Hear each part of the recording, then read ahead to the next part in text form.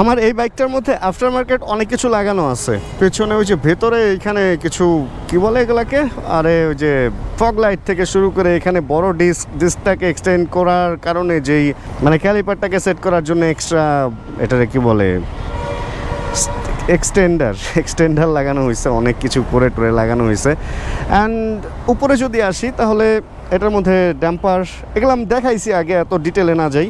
Performance পাওয়ার একটু বাড়ানোর জন্য মানে পারফরমেন্স বাড়ানোর জন্য এটার মধ্যে racing coil, racing plug, racing cable এগুলো লাগানো হয়েছে। এই সমস্ত অনেক কিছু লাগানোর পর মোটামুটি বাইকটা থেকে পারফরমেন্স আমরা যে খারাপ পাচ্ছি তা না, ভালোই পাচ্ছি। বাট রিসেন্ট আমি আচ্ছা এটার মধ্যে চাকাও এক্সাইজ মোটা লাগানো হয়েছে। এটার মধ্যে এইটা মোটা লাগানোর কারণে কিছু জিনিস ভালো, কিছু জিনিস খারাপও হয়েছে, বলবো ওগুলো এক এক করে সবই বলবো। কিন্তু রিসেন্ট আচ্ছা এটার মধ্যে ব্রেক প্যাডও চেঞ্জ করা আছে, টোবাকি বা অন্য কোনো একটা সিরামিক মেটালিক না কিন্তু সিরামিক একটা ব্রেক প্যাড লাগানো আছে। অ্যান্ড সব কিছুই চেঞ্জ করে সব কিছুই এগুলো আপগ্রেড করা হয়েছে। এটার পেছনে কারণ হচ্ছে ওরা ড্যান্ডি খাচ্ছে। অ্যান্ড ওরা ড্যান্ডি খাচ্ছে এটা কারণ না, কারণ হচ্ছে এটা থেকে একটা ভালো আউটপুট পাওয়ার জন্য, একটা ভালো পারফরমেন্স পাওয়ার জন্য। বাট রিসেন্ট আমি একটা ভিডিও দেখছি, একটা না আসলে কয়েকটা ভিডিওই দেখছি, অনেকে মানে কিছু কিছু জায়গায় কিছু কিছু মানুষ বলতেছে যে আফটার মার্কেট এই জিনিসগুলো লাগানো মানে হচ্ছে বাইকের সর্বনাশ করা। একদম মানে এইভাবে বলতেছে বাইকের সর্বনাশ করা, এগুলো আপনারা কেউ লাগাবেন না, এই ধরনের কথা বলতেছে। তো ব্যাপারটা কি আসলে তাই কি না, এই ব্যাপারটা নিয়ে আজকে আপনাদের সাথে কথা বলবো। কারণ একটা সময় ছিল, আচ্ছা চলেন এখান থেকে একটু আমরা সামনে যাই, এখানে ওরা ড্যান্ডি খাইতেছে। আমার এই ব্যাপারটা দেখতেই বিশ্রী লাগতেছে, মনে হইতেছে যে ঘাড়াই ওগুলারে। যাক যেগুলো বলতেছিলাম, ওরে দেখেন বাসের নিচে নিয়ন না, এটা কি পার্পল লাইট লাগাইছে আমার মতো। আমার এই বাইকেও আছে, এই যে জ্বালাইলে দেখা যাবে। আমারটা অবশ্য পার্পল আর ওরটা একটু ব্লুইশ পার্পল। সো যেটা বলতেছিলাম সেটা হলো আফটার মার্কেট জিনিসপত্র। আফটার মার্কেট জিনিস অনেক কিছুই পাওয়া যায় মার্কেটে।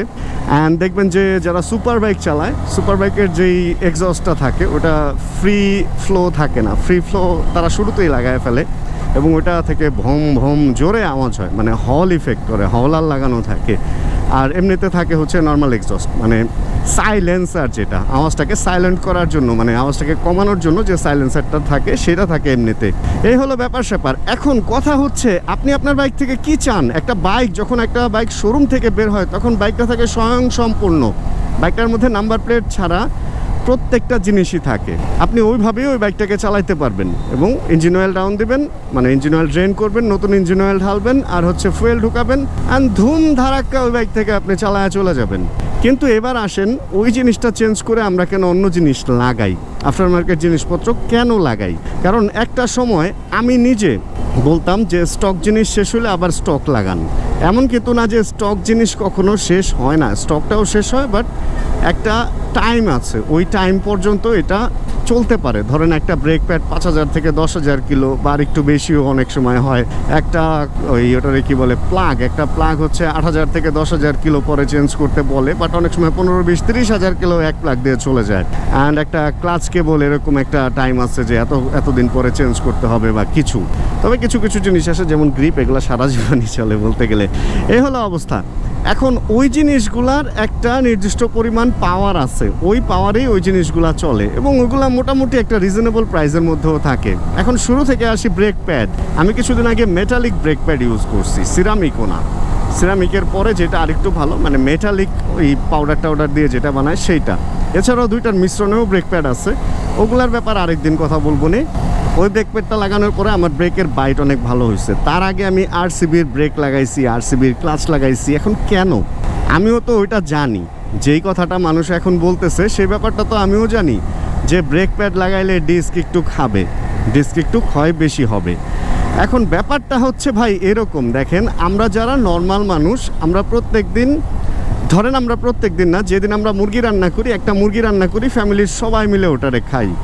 আর যারা একটু জিম টিম করে বডি বিল্ডিং করে, নট অনলি জিম, যারা বডি বিল্ডিং করে, জিমের মধ্যে ফিটনেস এক্সারসাইজও করে অনেকে, তাদের ফুড আবার আলাদা। যারা বডি বিল্ডিং করে এরা একটা মুরগি তো একা খাই প্রত্যেক দিন, পুরা ফ্যামিলি না, একা একটা খায়, একটার বেশিও খায় অনেকে। অ্যান্ড সাথে আরও 10 থেকে 15, 20টা, হয়তো কেউ আরও বেশি ডিমও খাইতেছে, যেখানে আমরা একটা ডিম একজনে খাই। এই হলো ব্যাপার। তাহলে ব্যাপারটা ওই রকম। তো তার যদি মজুদ থাকে 100টা ডিম, ওই 100টা ডিম দিয়ে সে যতদিন খাইতে পারবে এবং আমরা আমাদের ফুল পরিবার নিয়ে দেখা যাবে ওই 100টা ডিম দিয়ে তার চেয়ে হয়তো বেশিও খেয়ে ফেলতে পারি, কারণ সে পার ডে 20টা ডিম খাইতেছে। অ্যান্ড পার ডে একটা মুরগি একা খাইতেছে, আর আমরা পার ডে একটা মুরগি ফ্যামিলির সবাই মিলে খাইতেছি। ব্যাপারটা হলো ওইরকম, কারণ তার পারফরমেন্সও কিন্তু বেশি। সে 100, 150, 400 কেজি পর্যন্ত পা দিয়ে উঠায় ফেলতেছে, মানে লেগ প্রেসে। ওরকম সে বাইসেপ মারতেছে 40-50 কেজি দিয়ে, আমি দেখা গেছে 5 কেজি দিয়ে বাইসেপ মারতে খবর হয়ে যায়, একটা কথার কথা। এখন ওই রকম ব্যাপারটা, আপনি যদি ব্রেক প্যাড লাগান, ব্রেক প্যাড থেকে যদি সেই বাইট পান, ধরেন একটা বাইক 10 ফিট দূরে যায় থামবে, আপনারটা যদি 2 ফিটের মধ্যে থামায় ফেলে, আমি জাস্ট উদাহরণ দিতেছি, একদম সায়েন্টিফিক মাত্রা অনুযায়ী কথা বলতেছি না। ধরেন তারটা 100 ফিট দূরে যায় থামবে, বা 50 ফিট দূরে যায়, আপনারটা 25 ফিট দূরে যায় থামে গেলো। এরকম ব্রেক প্যাড যদি আপনি লাগান, তাহলে ওইটার মধ্যে কিন্তু কোনো জাদু মন্তর নাই। ওই ব্রেক প্যাড অবশ্যই ক্ষয় হবে, হয় নিজে ক্ষয় হবে, নয় ডিস্কে ক্ষয় করবে, কারণ দুইটার ঘর্ষণেই ব্রেকটা হয়, যে কোনো একটা ক্ষয় হবেই।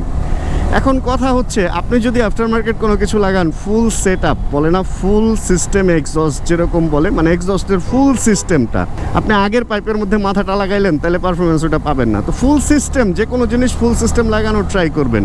শুধু একটা ব্রেকের এখানে মাস্টার সিলিন্ডার লাগাবেন, পারফরমেন্স পাবেন, হয়তো গিয়ে দেখা যাবে হোস পাইপের উপরে চাপটা বেশি পড়বে, বা নিচের ক্যালিপারে, অথবা ক্যালিপার পর্যন্ত না হয় বাইচে গেলো, ব্রেক প্যাডে যায় চাপ পড়বে, আর তা না হইলে যায় ডিস্কে চাপ পড়বে। কারণ আপনার আগের চেয়ে প্রেশারটা ব্রেকের বেশি যাইতেছে, আপনি মারতেছেন একই, কিন্তু প্রেশার যাইতেছে বেশি, যে কারণে আপনার উপরে কষ্ট কমে যাইতেছে, বাট অন্যান্য জিনিসের উপরে কষ্ট বেড়ে যাইতেছে। এখন আসেন যে ওই যে ডিস্ক যে ক্ষয় হয়ে যায়, এই কথাটা বলতেছে। ডিস্ক ক্ষয় হয়, অবশ্যই ডিস্ক ক্ষয় হবে, কারণ ডিস্ক এমনিতে স্টক ব্রেকেও ক্ষয় হবে। ব্রেক প্যাড যেটা স্টক, সেটা তো ডিস্ক ক্ষয় হবে, বাট আফটার মার্কেট একটু বেশি ক্ষয় হবে, কারণ ওটা আপনাকে পারফরমেন্স বেশি দিতেছে। তো সেইখানে আবার এটা থেকে বেঁচে আসারও উপায় আছে। আপনি যদি মাস্টার সিলিন্ডার ভালো লাগান, হোস পাইপ ভালো লাগান, এরপরে ক্যালিপারও ভালো লাগাইলেন, ব্রেক প্যাডও ভালো লাগাইলেন, এবার আসেন হচ্ছে ব্রেক যেটার মধ্যে যায় ধরে ডিস্কটাও ভালো লাগাইতে হবে। যেমন এই বাইকে একটা ভালো ডিস্ক লাগানো আছে। আমি কোনো ব্র্যান্ড বা কোম্পানির প্রমোশন করতেছি না, বলতেছি না যে এই ডিস্কই ভালো, বাট আফটার মার্কেট ভালো কোনো মানের ডিস্কও যদি লাগান, তাহলে ডিস্কেরও ক্ষয় কম হবে এবং দীর্ঘদিন পর্যন্ত আপনি ভালো একটা পারফরমেন্স পাবেন। তবে একটা কথা আমি আরেকবার রিপিটটা হচ্ছে যে, আপনারা যদি আফটার মার্কেট কোনো কিছু লাগাইতে চান, তাহলে এটা ধরেই নিতে হবে যে এটা আপনি খরচ করতেছেন ভালো পারফরমেন্সের জন্য। দীর্ঘদিন অল্প খরচে চালানোর জন্য যদি চালাইতে চান, তাহলে স্টক জিনিস চালান। আর যদি ভালো পারফরমেন্স চান, তাহলে ভাইয়া খরচ করতে হবে বাইকের পেছনে, যেটা আমিও খুব একটা করতে চাই না। অ্যান্ড খরচ যদি করেন, পারফরমেন্স অবশ্যই ভালো পাবেন। ওর একটা ব্যাপারই হচ্ছে আফটার মার্কেট ব্যাপার স্যাপার। যারা মডিফিকেশন করে, তারা দেখা যায় যে একটা 7 লাখ টাকার R15 কিনেই চিন্তা করে এটার মধ্যে আরও 50,000 টাকার মাল আমি 1 সপ্তাহের মধ্যে ঢুকাবো 1 লাখ টাকার মাল, কারণ আমার বাইকটা আমার মতো হইতে হবে। তো যারা চান আমার বাইকটা আমার মতো হইতে হবে, তাদের জন্য হচ্ছে আফটার মার্কেট জিনিসপত্র। আর যারা চান কোম্পানির বাইক কোম্পানির মতোই থাকবে, আমি দীর্ঘদিন এটা থেকে সার্ভিস চাই, এটা দোষের অবশ্যই কিছু না। কারণ যারা চাকরি বাকরি করে, দৈনন্দিন লাইফের প্রয়োজনে বাইক চালায় আমার মতো, তারা আমরা চাবো যে অনেক দিন পর্যন্ত যাতে বাইকটা আমি চালায় যেতে পারি অল্প খরচে, মাইলেজও যাতে বেশি পাই। কারণ আপনি যখন পারফরমেন্স হাই করবেন, তখন বাইকের মাইলেজ কম পাবেন, ব্যাপারটা তা না, কিন্তু আপনার রাইডিং স্টাইল চেঞ্জ হয়ে যাবে এবং ওই স্টাইলের কারণে আপনি বাইকের মাইলেজ কম পাবেন। এটা একদম আমি গ্যারান্টি দিয়ে দিলাম আপনাকে। কারণ আমি যখন রেসিং কয়েল, রেসিং প্লাগ লাগাইছি, প্রথমে আমি নর্মালি চালাইছি এবং আমার মাইলেজ প্রতি লিটারে 6 কিলো বেশি পাইছি আমি। এবং তারপরের মাসেই আমি খুব রাফ অ্যান্ড টাফ চালাইছি এবং আগের চেয়ে প্রায় 4 থেকে 5 কিলো মাইলেজ কম পাইছি আমি পার লিটারে। এই হলো ব্যাপার। মানে জিনিসটা হচ্ছে, আপনি যেভাবে চালাবেন আপনি ফল ওইভাবে পাবেন।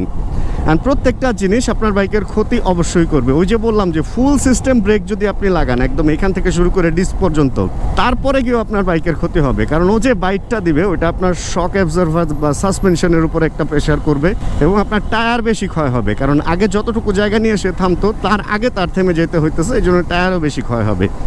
এই জন্য যদি পারফরমেন্স চান ভাই, তাহলে টাকার মায়া ছাড়তে হবে। আর যদি টাকার মায়া করেন, তাহলে পারফরমেন্সের মায়া ছাড়তে হবে, স্টকে থাকেন। আমি কোনোভাবেই বলতেছি না স্টক জিনিসপত্র খারাপ, stock is always best. But আপনি যদি আফটার মার্কেট কোনো একটা জিনিসের পারফরমেন্স হাই চান, বেশি চান, সেই ক্ষেত্রে ওটা হলো বেস্টের উপরেও, মানে বেস্টের বাবা বলতে পারেন। ব্যাপারটা হলো এরকম যে বেস্টটা তারা দিছে সেটা তো বেস্ট, বাট আপনার মোর দেন বেস্ট দরকার। সেটার জন্য আপনি আফটার মার্কেট জিনিসপত্র লাগাইতে পারেন। আমি একটা ছোট্ট উদাহরণ দিই। হ্যাঁ, ধরেন একটা 5 ওয়াটের লাইট আপনার বাইকে দেয়া আছে, ওই লাইটে আপনার আলোতে পোষাইতেছে না, আপনার আরও আলো দরকার। সেক্ষেত্রে আপনি 5-এর জায়গায় 10 ওয়াটের একটা লাইট লাগাইলেন। এখন আপনার বাইকের ইসিইউ, আপনার বাইকের ব্যাটারির পারফরমেন্স অতটুকুই দেওয়া আছে যতটুকু ওই 5 ওয়াটের লাইটটাকে জ্বালাইতে পারবে। যখনই আপনি 10 ওয়াটের লাইট জ্বালাবেন আপনার ব্যাটারির উপরে চাপ পড়বে, আপনার ওই যেই সমস্ত জিনিস থেকে ইলেকট্রিক উৎপাদন করে দেন ব্যাটারিতে চার্জ পাঠায় ওইটার উপরে চাপ পড়বে, কারণ সব কিছুতেই ওই একটা লাইটের কারণে চাপ পড়া শুরু হয়ে যাবে, ফুল ইলেকট্রিক ফাংশনটাই একটু এদিক সেদিক হয়ে যাবে। অ্যান্ড এই জিনিসটা আপনি কেন করবেন? কারণ যেই আলোটা তারা দিছে স্টক সেটা দিয়ে আপনার হইতেছে না, অ্যান্ড যখন আপনার হবে না তখন তো আপনার বাড়াইতে হবেই, তখন ওই মায়াটা ত্যাগ করতেই হবে যে ব্যাটারি যদি নষ্ট হয় ব্যাটারি আমি ঠিক করব। রেকটিফায়ার বা আদার্স যেগুলো আছে, যেগুলো আমি নামটা আমার মনে আসতেছে না, ওই বাম পাশে যেখান থেকে ইলেকট্রিক উৎপাদন হয় যেই কয়েলগুলো আছে ওইগুলাতে যদি কোনো ঝামেলা বা কিছু হয় এটা মাথায় রাখতেই হবে যে হ্যাঁ জীবনের মূল্য আসলে ওই টাকার চেয়ে অনেক বেশি। এখন আমি যদি মনে করি যে হ্যাঁ আমি একটু হাই স্পিডে বাইক চালাই, আমার ব্রেকিং ভালো হইতে হবে, তাহলে ওই যে ডিস্ক কতটুকু ক্ষয় হইলো ওই চিন্তা আমার করা যাবে না। প্রয়োজনে আমি 6 মাসে বা বছরে একবার ডিস্ক চেঞ্জ করব, বাট আমার দরকার ব্রেকের পারফরমেন্স। আমি যদি বাইকের টপ স্পিড চাই, অনেকে দেখা গেছে যে একটা বাইকে অনেক টাকা খরচ করে ওটার পুরো সিলিন্ডার ব্লক চেঞ্জ করে ফেলতেছে, তো ওগুলা ডিফারেন্ট ইস্যু। এরকম আপনি যদি পারফরমেন্স চান তাহলে টাকার মায়া আপনাকে ছাড়তেই হবে, আর আপনি যদি টাকার মায়া করেন তাহলে পারফরমেন্সের মায়া ছেড়ে যে পারফরমেন্স আছে ওইটাও খারাপ না, ওইটাতেই আপনার থেকে যেতে হবে, এই হলো ব্যাপার। তাই আমি বলবো যে এইভাবে বলার কিছু নাই যে বাইকের সর্বনাশ হয়ে যেতেছে একটা ব্রেক প্যাড লাগাইলে বা একটা কয়েল লাগাইলে বা একটা রেসিং প্লাগ লাগাইলে, একটা লেজার ইরিডিয়াম প্লাগ লাগায় একদম বাইক ধ্বংস করে দিতেছেন, এরকম যদি কেউ বলে ভাই এগুলো আসলে মানে মিথ্যা কথা।